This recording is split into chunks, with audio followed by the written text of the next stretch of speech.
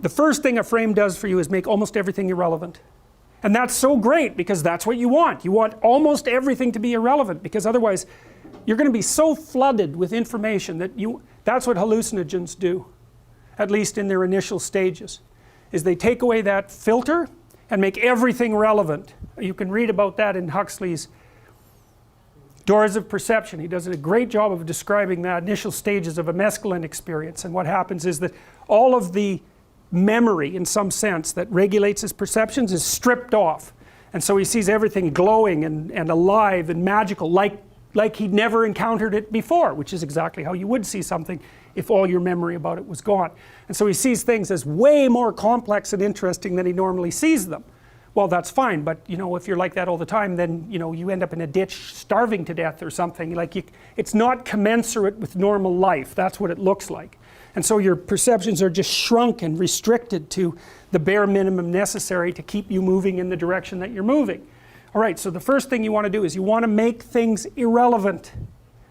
Now, if you're with someone in a relationship, partly what you want them to do is to help you continue making most of their possibility irrelevant.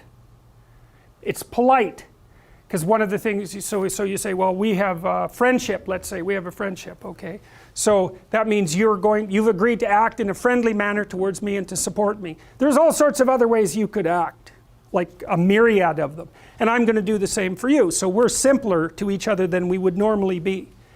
And then you go and do something that betrays me. It's like bang, that whole simplification is gone, and all those parts of you that were supposed to be irrelevant because we were playing the same game, they're dead relevant, and I don't know who the hell you are. And so that's really rough, and people do not like that. It's this emergent mismatch between their desires and the way the world is manifesting itself.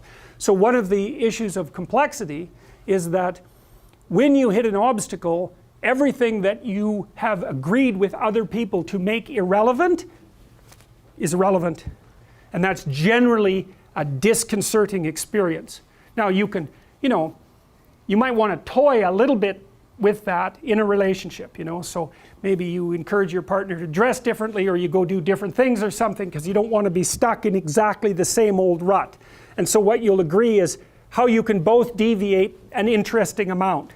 But that's voluntary and controlled. It's not the same at all as having that little mess of 80 million snakes pop up right in front of you, which is the last thing you want to have happen.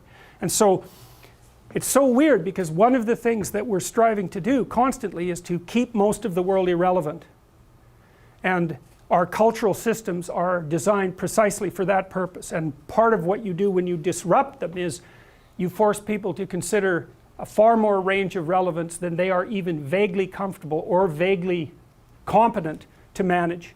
And it just burns them to a crisp. Because what your body does is, if all of a sudden everything around you is irrelevant, like I could say, you're stripped naked, I take you in a helicopter, drop you right into the middle of a jungle at midnight.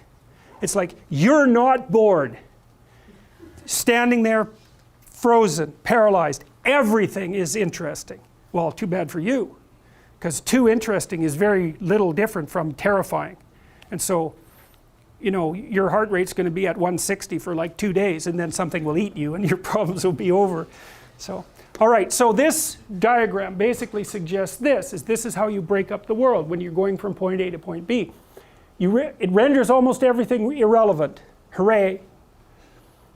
And then what happens is the rest of the world is broken up into obstacles that get in your way and tools that facilitate your movement forward. And that's actually what you see when you come into a place. Like when you come into this room, these are obstacles insofar as you can't walk through them, and those are tools insofar as you can sit on them and watch the class. And this is a tool, and these are tools, and this is a tool, and I'm a tool for, although I'd never admit it, but anyways, I'm a tool because you need to take this class in order to advance towards your degree. And so basically what you see in the world are entities of functional significance, and those are not objects. They are not the same thing. So, and that's very much worth considering, because see, we're trying to build up a case, at least in part, for analyzing the nature of the structures within which you organize your perceptions. And we tend to think that those are predicated on object perception. It's not true. It's not true. They're predicated on relevance conception. Does it help you? Does it get in your way? Or is it irrelevant? That's what you want to know. If it helps you, you're happy about it. If it gets in your way, you're negatively predisposed towards it. If it's irrelevant, it's invisible. And so if your little scheme is functional, your little frame is functional, then most of the things that you encounter are mildly positive. And that's how you know that you know what you're doing. That's how you validate the entire frame. So, okay, good.